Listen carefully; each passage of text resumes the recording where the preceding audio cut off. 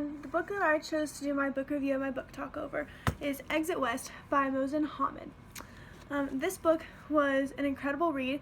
It was really nice because you can see it's not super incredibly long, but it's so densely packed with lots of great themes and lots of great content, and it had this incredible balance of realism and surrealism.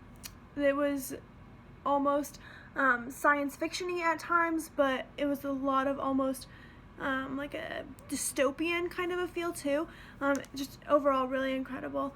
So this book was written in 2017, and it follows the journey of Saeed and Nadia, who are two strangers who ultimately ended up trusting each other with their lives over the course of the story. It's kind of got some mystery laced through it that keeps you really wanting to just keep turning pages. Really just fantastic in that respect. So Hamid is a Pakistani author. He was born and raised in Lahore, Pakistan, and when he became an adult, he started traveling and he spent some time in the United States.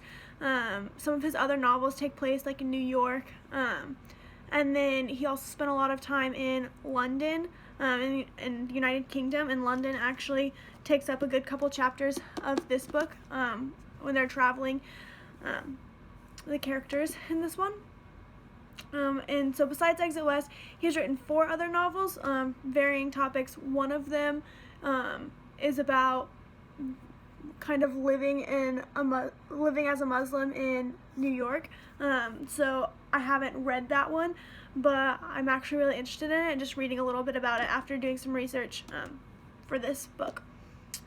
So part of like the mystery that I mentioned earlier, kind of the allure, is they never actually say where Saeed and Nadia are originally from. It's always just referred to as their birthplace. It is definitely given the feel of what we would imagine living in the Middle East would be like, and that kind of makes sense where Hamid is from Pakistan originally, and I believe that that's where he lives now at this point, but it never actually explicitly says, although there is a part in the story where it talks about the people who have invaded their home country have gone and they've invaded Vienna, which is in Austria, which kind of makes me think that wherever they're from is pretty close to where they would just switch borders in that way. But I'm not exactly sure. It never specifically says. They do talk a little bit about the religion. That's actually a big part of Nadia's character, which I think is really cool. It kind of jumps into like that religious aspect of living in another culture, or any culture really. So she dresses as if she partakes in their religious beliefs and stuff, which they always describe that she's wearing a black robe with a head covering.